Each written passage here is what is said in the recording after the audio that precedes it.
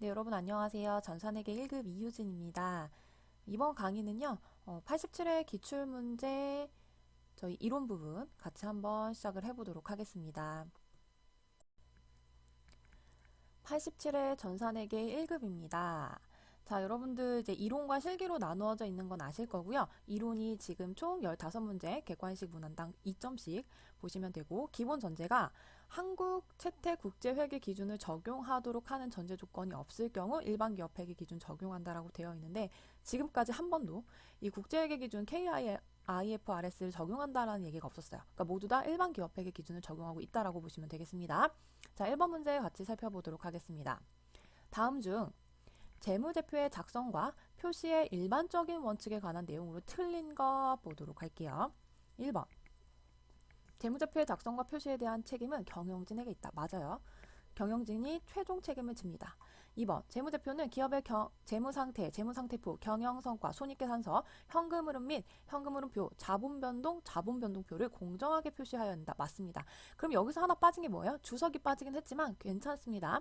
세 번째, 중요하지 않은 항목이라 할지라도 성격이나 기능이 유사한 항목과 통합하여 표시할 수 없다. 중요하지 않으면 우리가 통합 표시할 수 있어요. 왜 없어요? 중요하지 않으면 괜찮습니다. 중요하면 통합 표시할 수 없지만 중요하지 않으면 괜찮습니다. 자, 3번 정답 체크하시면 되겠습니다. 4번 잉여금은 자본잉여금, 이익잉여금 구분하셔야 되죠. 자본 쪽에서 발생한 것과 이익, 수익과 비용을 차감해서 우리가 발생시킨 이익이 이익잉여금을 흘러들어온 그거 구분하셔야 됩니다. 자, 2번 문제 보겠습니다. 다음 중 제조기업의 재무제표를 작성하는 순서로 가장 올바른 것 보도록 하겠습니다. 제조원가명세서, 손익계산서, 이익잉여금 처분계산서, 재무상태표 이렇게 나와 있는데요.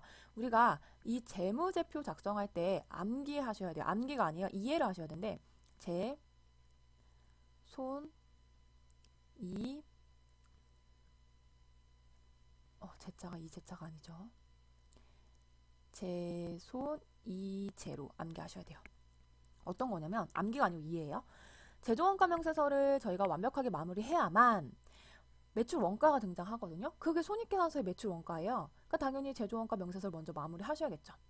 손익계산서를 마무리하면 뭐가 나와요? 이익이 나와요. 이익 어떻게 할 거냐, 처분할 거냐, 배당할 거냐, 말 거냐, 계속 가져갈 거냐, 유보시킬 거냐. 어디서 결정하죠? 이익잉여금 처분계산서에서 결정해요. 자, 그러면 이거 최종적으로 사용 안 할 거야. 나 그냥 그대로 가져갈 거야. 그럼 어디에 반영돼? 재무상태표에 이익잉여금에 반영이 돼요. 그래서 제, 손, 이, 제로 보시면 되고요. 기응, 니은, 디귿, 리을이니까 1번 체크하시면 되겠습니다. 3번 문제 볼게요. 다음 중 재고자산의 평가 방법에 대한 설명으로 가장 옳지 않은 것 보도록 하겠습니다. 자, 재고자산 평가 방법은 선입선출법, 후입선출법, 그 다음 총평균법, 이동평균법 이런 것들이 있었잖아요. 1번 후입선출법은 실제 물량 흐름과 일치하는 평가 방법이다. 후입선출법이 뭐예요? 나중에 사온 거 먼저 파는 거예요. 그럼 실제 물량 흐름은 먼저 사온 거 먼저 팔아야 우리가 실제 물량 흐름을 맞출 수 있는 거죠. 남아있는 재고 자산이 후입선출법 같은 건 예전에 먼저 사온 게 남아있는 거잖아요. 자, 선입선출법을 적용해야만 우리가 최근에 사온 것들을 기말 재고로 둘 수가 있고 그게 실제 물량 흐름과 일치하는 평가 방법이 되겠습니다. 그럼 틀린 거니까 1번이 벌써 정답이 나왔네요. 2번 선입선출법을 적용할 때 기말 재고는 최근에 구입한 거다. 맞죠? 먼저 사온 거 먼저 파는 거니까.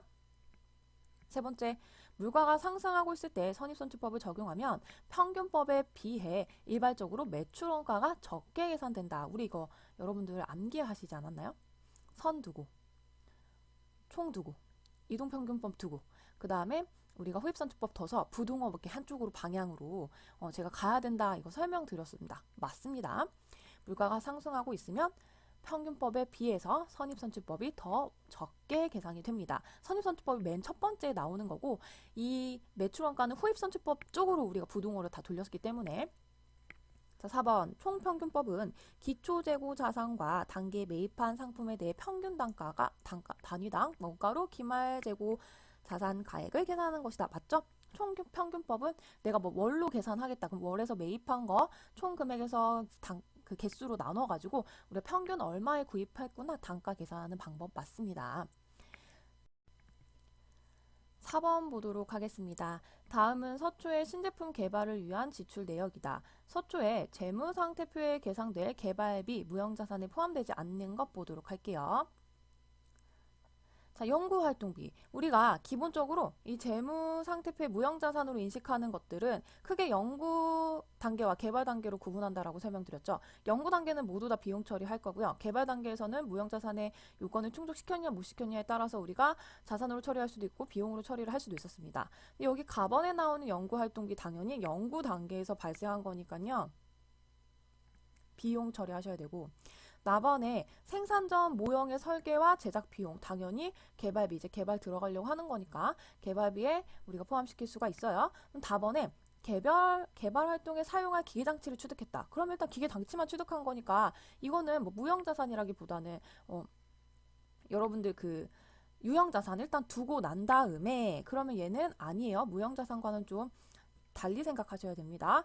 자, 라번. 개발 활동에 사용하는 이 기계장치 감가상각비 비용으로 우리가 합리적으로 배분을 원가에 하잖아요. 그럼 이때 당시에 무형자산으로 두시면 돼요. 자, 그럼 라번은 무형자산이 됩니다. 자, 마번. 새로운 제품에 대한 여러 가지 대체안의 탐색과 평가를 할 때는 지금 하기 전에 우리가 한번 검색해보고 찾아보고 하는 비용이니까 당연히 비용으로 처리하셔야겠죠. 가번, 다번, 마번, 정답 4번 처리하시면 되겠습니다. 자, 5번 문제 볼게요. 다음 중 자본에 대한 설명으로 옳지 않은 것. 자본은 발행한 주식의 액면 금액과 발행 주식 수 곱한다. 맞죠? 자본은 기업의 소유주인 주주의 몫으로 자산에서 채권자의 지분이 부채를 차감한 거다. 자, 자산은 부채 플러스 자본이고 이걸 자본은으로 고치면 자산에서 뭘 빼요? 부채를 빼는 거와 동일하잖아요. 그러니까 자산에서 부채 뺀 거다. 맞고요. 3번 기타 포괄 손익 누계액은 미실현 손익의 성격을 가진 항목으로 당기순이익 반영된다. 당기순이익은 어디에 반영되죠? 이익잉여금 여기 있네요. 이익잉여금에 반영이 되는 거고요. 기타 포괄 손익 누계액에서는 우리가 어디에 반영이 되냐? 그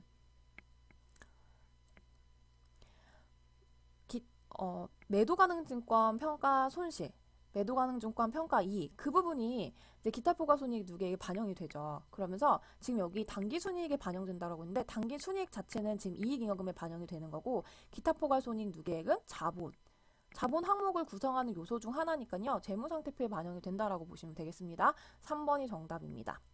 자, 이익잉여금은 법정적립금, 임의적립금, 미처분, 이익잉여금으로 구분된다. 자, 그럼 빨간색으로 표시해 볼게요.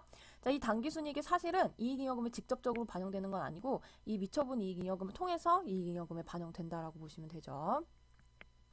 자, 6번 문제 보겠습니다. 다음 중 자본 조정에 해당하지 않는 것. 자본 조정 어떤 느낌이에요? 우리 기업 입장이라서 본다면 조금 떨어지는 듯한 느낌, 안 좋은 듯한 느낌이죠. 자기 주식, 이번에 매도 가능 평가 손실 이거 어디에 들어간다고 했죠? 제가 기타 포괄 손익 누계에 들어간다고 방금 5번에서 이야기했습니다. 정답 2번 체크하시면 되겠네요. 자, 3번 주식 선택권, 4번 주식 할인 발행 차금. 자, 7번째 문제. 다음 중 손익계산서 작성 기준에 대한 설명으로 가장 옳지 않은 것 살펴보도록 하겠습니다. 수익은 실현주의를 기준으로 계산을 하고요. 맞죠? 비용은 수익비용 대응의 원칙에 의해서 적용을 하고 수익과 비용은 순액으로 기재한다? 왜 순액으로 기재하죠? 이런 얘기 처음 들어보는데요. 총액으로 기재한다 라고 배웠을 거예요. 그럼 4번 수익과 비용의 인식 기준은 발생주의 원칙으로 한다. 맞습니다.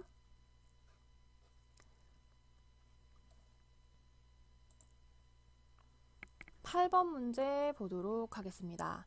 다음 자료를 이용해서 상품의 매출원가를 계산을 해보도록 할게요.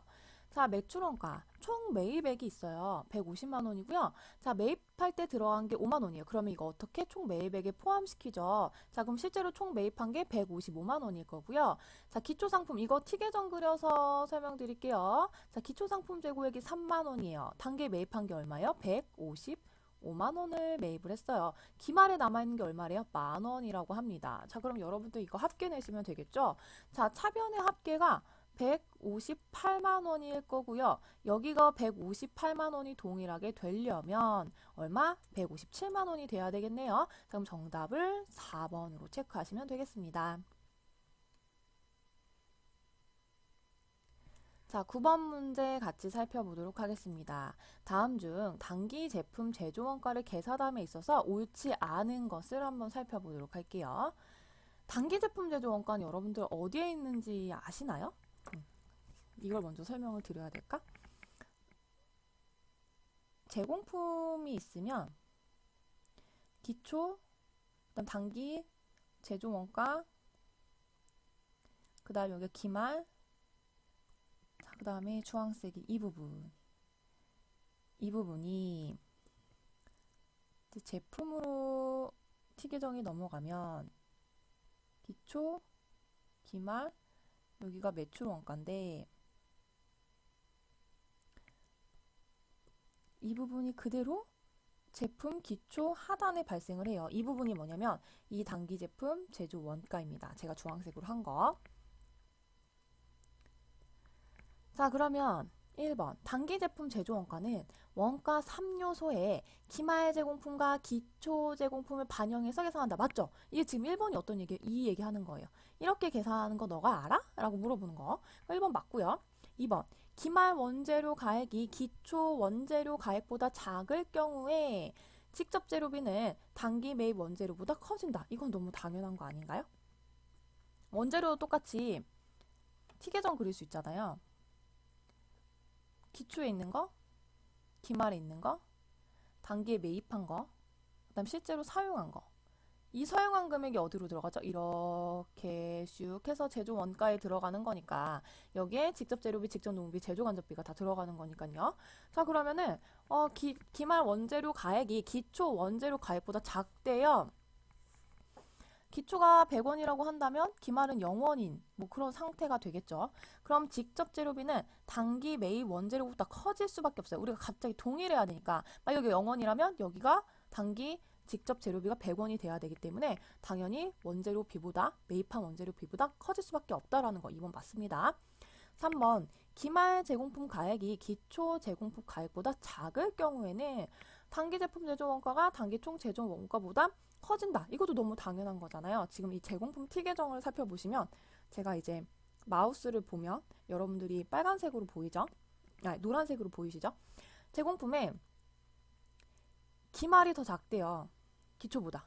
그러면은 결국에는 어떻게 제조 원가랑 단기 총 제조 원가랑 이 단기 제품 제조 원가가 둘이 겨뤄야 된다는 소리인데 당연히 2번과 마찬가지로 2번하고는 뭐가 달라요? 그냥 글만 다른 거예요. 단어 자체만 다른 거예요. 당연히 커질 거 맞습니다. 4번 단기말 미지급 급여가 정기말 미지급 급여보다 작을 경우에 단기 발생액은 단기 지급액보다 커진다. 자, 이번에는 미지급 급여라고 했으니까 우리가 단기에 발생을 시켰지만 돈만 아직 안 준 거예요. 그 정기의 미지급 급여라는 건 돈은 실제로 지금 나간 거고 그럴 경우에는 단기 발생액이 단기 지급액보다 작아지겠죠. 크지 않고. 정답 9번에는 4번으로 선택하시면 되겠습니다. 자, 10번 문제 보겠습니다. 다음 자료에 의하여 단기 총 제조 원가를 구하라고 하네요. 자, 단기 총 제조 원가 어떻게 구하죠? 여기가 제공품이라면 기초, 기말, 여기에 나와 있는 게 단기 총 제조 원가예요. 그래서 직접 재료비, 직접 노무비, 제조 간접비가 더해진 금액입니다. 자, 그럼 계산을 해보도록 할게요. 자, 일단 원재료를 냅두고요. 우리가 바로 볼 수 있는 게 단기 제공품 감소액 일단 빼고 단기 직접 노무비 120만원. 자, 여기 안에 들어가는 게 일단 120만원 들어가고 그 다음에 단기 제조 간접비 180만원 들어갈 거예요. 자, 그리고 원재료가 들어가야 되는데 원재료가 증가와 단기 매입액이 있어요. 자, 그러면 단기 매입한 게 250만 원인데 재고가 20만 원만큼 늘었다고 한다면 실제로 사용한 게 얼마? 230만 원만큼 사용했다는 거죠. 230만 원. 자, 그럼 다 더해서요. 여러분들 정답 530만 원 1번 체크하시면 되겠습니다. 단기 제공품하고는 상관이 없어요. 왜냐면 이쪽 동그라미 그려져 있는 부분을 구하는 것이기 때문에. 자, 11번 보겠습니다. 다음 중 종합원가 계산의 특징으로 가장 옳은 것. 자, 종합원가 계산과 개별원가 계산은 아마 원가회계 시간에 배우셨을 거예요. 자, 종합원가 계산. 자, 1번 볼까요? 직접원가, 간접원가로 나누어서 계산을 합니다. 네, 가장 올바른 특징인가요? 직접 원가랑 개별 원가 나눠서, 간접 원가 나눠서 하나요? 이건 개별 원가에 대한 설명이죠. 개별 원가가 직접 재료비, 직접 노무비는 아는데 제조 간접비를 잘 몰라서 제조 간접비를 어떻게 배부할 것이냐에 대해서 이제 계산을 하는 게 개별 원가 계산이에요. 그래서 1번은 틀렸고, 2번 단일 종류의 제품을 연속적으로 대량 생산하는 경우에 적용한다. 2번이 맞고요. 그러면은 개별 원가는 어떻게 하나요? 소량, 소품종량에 대해서 그냥 한번 일시적으로 생산하는 그런 경우에 하나하나 얼마씩 들어가는지 꼼꼼히 따져보는 그게 개별 원가 계산입니다. 세 번째, 고객의 주문이나 고객이 원하는 형태의 제품을 생산할 때 사용되는 방법. 그럼 이게 뭐다? 개별 원가 계산. 4번, 제조간접 원가는 원가 대상이 직접 추적할 수 없으니까 배부 기준 정해서 배부율 계산해야 된다. 이게 뭐다? 개별 원가 계산이다. 그래서 우리 정답 2번으로 하시면 되겠습니다. 자, 12번 문제 보겠습니다. 보조 부문 원가의 배부 방법 중에 단계 배분법에 대한 설명으로 틀린 것 보도록 할게요. 자, 우리가 이거 짝꿍이 있었잖아요. 직접 배분법, 단계 배분법, 상호 배분법 배웠었고요. 단계 배분법 두 가지입니다. 특징이 뭐죠? 어떤 것부터 보조 부분을 배부하냐에 따라서 우리가 각각 배부, 제조 부분에 배부하는 원가 금액이 달라졌다라는 특징이 있었어요. 1번, 최초 배부되는 부분의 경우 자신을 제외한 다른 모든 부분에 배부가 되죠. 맞죠?